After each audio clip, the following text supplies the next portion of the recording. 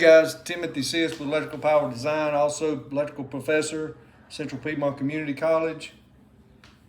Today I want to show you something in the 2023 NEC that a lot of people overlook.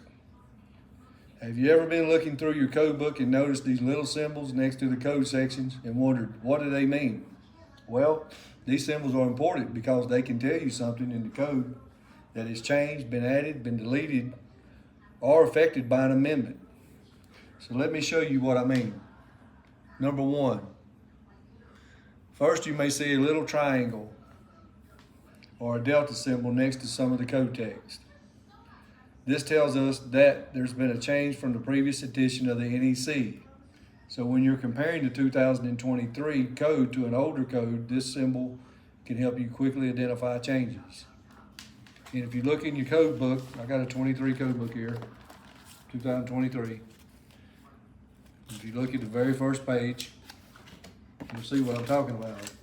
Right here, it's these symbols right here in this block. You can read this block and it'll clarify some of the things that I'm going to go over. Number two, the N.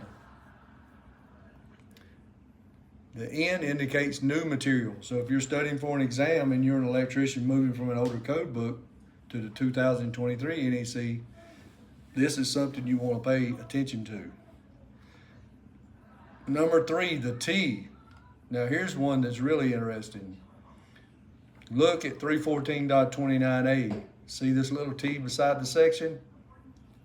That T is telling us that this section has been affected by a tentative interim amendment, also called a TIA. So don't just look at the T and skip over it. If you see one, you should check the applicable TIA information to see what has changed. And also that T is not included in this paragraph right here. Number four, shading. You may also see shaded text in the code book. Shading is another way the NEC identifies material that has been revised. So when you're comparing code editions, pay attention to the shaded material. Number five, deleted material. And finally, you may see an indicator showing that material has been deleted. It's a black dot. There's another reason you don't want to just look at the code section number and move on. These symbols are there to help you understand what happened to the code language between editions.